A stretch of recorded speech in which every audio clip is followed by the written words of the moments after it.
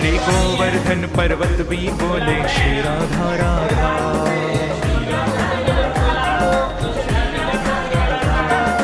बरसाने के मोर बोले श्री राधा राधा।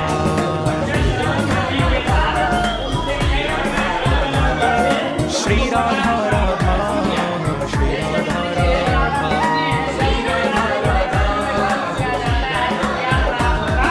श्याम सुंदर की वंशी बोले श्री राधा राधा।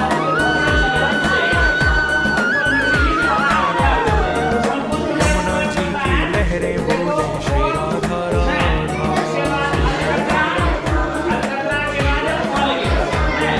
श्री राधा राधा श्री राधा राधा।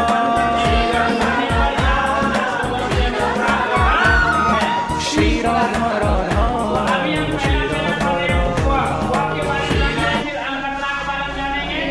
फिर उसके बाद कॉल गैस के बारे में जानेंगे। आप देखिए कॉल किसे कोप क्या है।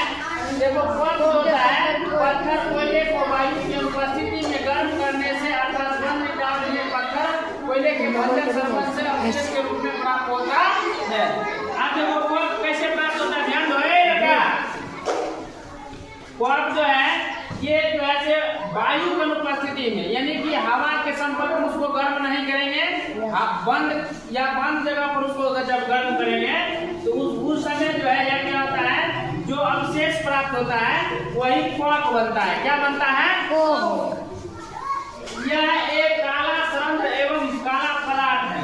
यह कोयला काला होने करता है, इसलिए कॉक भी क्या होता है, काला होता है। कैसा होता है?